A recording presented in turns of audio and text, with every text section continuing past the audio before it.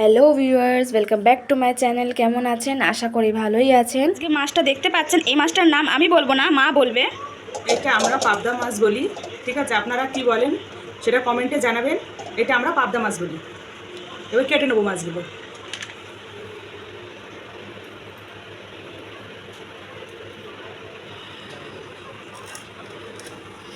আমরা এইভাবে কাটি, আপনারা কেমনভাবে কাটেন বলবেন। আমরা এখান থেকে এটা ফেলে দেবো, এই কাটাটা সমেত ফেলে দেবো। এটা কাটা খুবই সহজ, একদম এইভাবে, আর কিছু করা লাগে না। এই যে এইভাবে কেটে নেওয়া হয় এটাকে। ঠিক আছে, এইভাবে কেটে নেবো।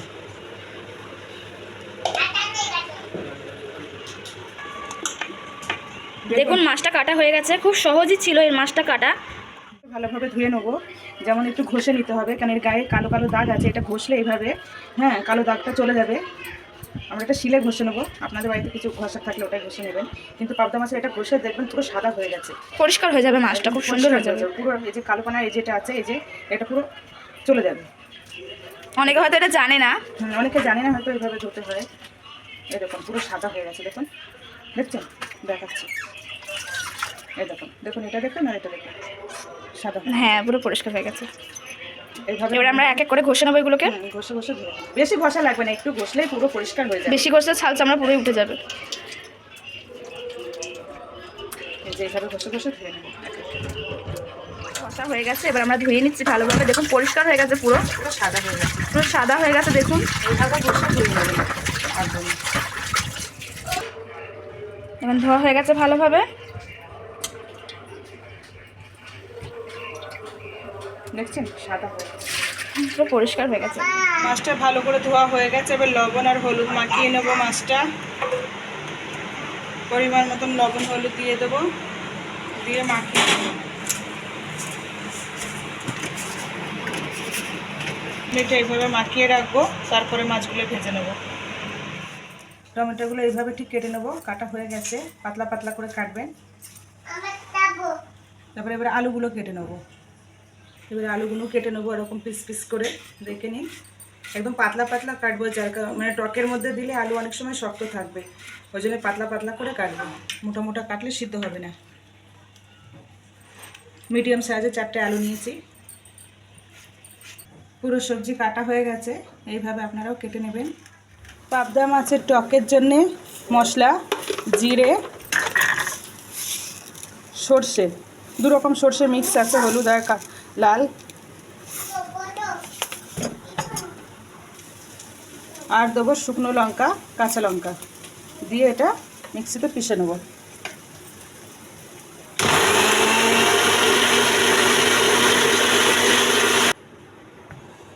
দেখুন মশলাটা ভালোভাবে পেশা হয়ে গেছে, দেখতে পাচ্ছেন। মাছ ভাজার জন্য কড়া বসিয়ে দিয়েছি, এবার তেল দিয়ে দেবো। মাছটা একে একে ছেড়ে দেবো।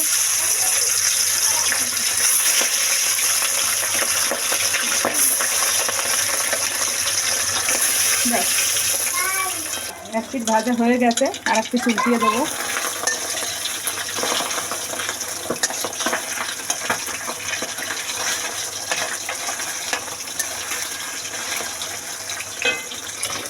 পুরোপুরি মাছটা ভাজা হয়ে গেছে, এবার আমরা তুলে নেবো।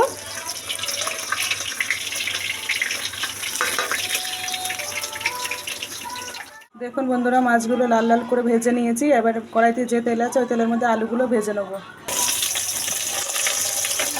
যতক্ষণ সিদ্ধ না হয়ে যায়, কেন এর মধ্যে টক পড়বে, তো টক পড়লে আলুটা শক্ত হয়ে যাবে। ভাজা হয়ে এসছে, এটা লাল লাল হয়ে গেছে, আর একটু ভাজা হলে আলুটা তুলে নেব। হয়ে গেছে, এবার আলুগুলো তুলে নেবো। দেখতে পাচ্ছেন বন্ধুরা, লাল লাল করে ভাজা হয়ে গেছে, সিদ্ধও হয়ে গেছে। এই দেখুন সিদ্ধ হয়ে গেছে পুরো, এবার তুলে নেব।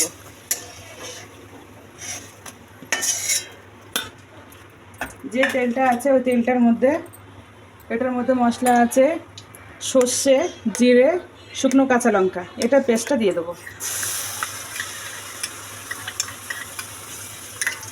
দিয়ে দেবো ওর সাথে পরিমাণ মতন লবণ, আর দিয়ে দেবো হলুদ, দিয়ে হালকা নেড়ে নেবো। বেশি ভাজবো না, যা সর্ষে বাটা বেশি ভাজলে তিতো হয়ে যাবে, অল্প ভাজবো। দেখুন বন্ধুরা ভাজা হয়ে গেছে, অল্পই ভেজেছি। এবার দিয়ে দেবো আলু, ভাজা আলুগুলো এবার দিয়ে দেবো।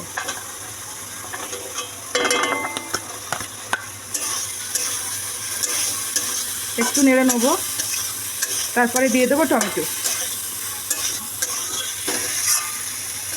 দেখুন বন্ধুরা সর্ষেটা ভালোই ভাজা হয়ে গেছে, মশলাটা এবার দিয়ে দেবো টমেটোগুলো।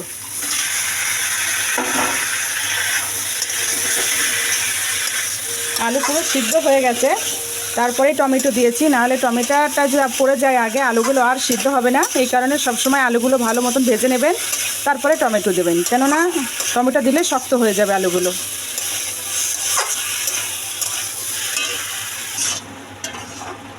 দেখুন বন্ধুরা টমেটো পুরো গলে গেছে। মশলা পানিটা রেখেছি, এটা দিয়ে দেবো। এটা ফুটে উঠলে আমি এটা ফোড়ন দেব। এখন ঢাকা দিয়ে দেবো, তারপরে মাছ দেবো। আলু টমেটো দুটোই গলে গেছে, এবার আমি ফোড়ন দিয়ে দেবো। ফোড়নটার জন্য নামিয়ে নেব।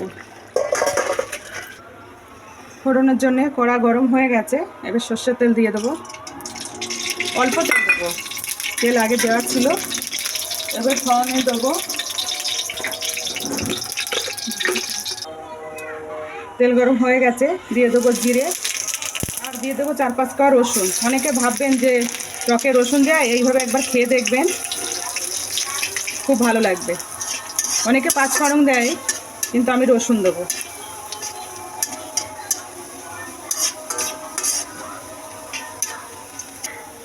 দেখুন রসুনটা লাল লাল হয়ে গেছে, এবার আমি সবজিটা ঢেলে দেবো।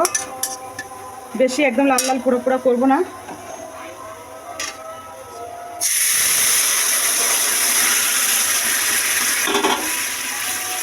দেখুন বন্ধুরা এবার আমি এক একে মাছগুলো দিয়ে দেবো।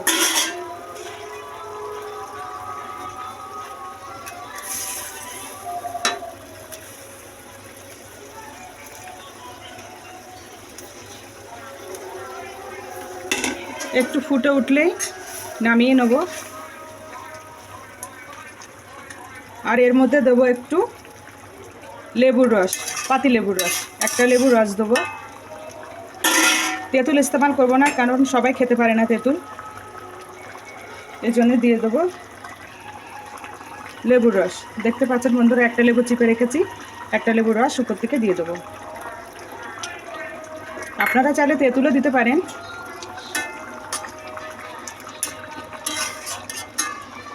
দেখুন বন্ধুরা হয়ে গেছে মাখা মাখা পুরো, এইভাবে নামাবেন।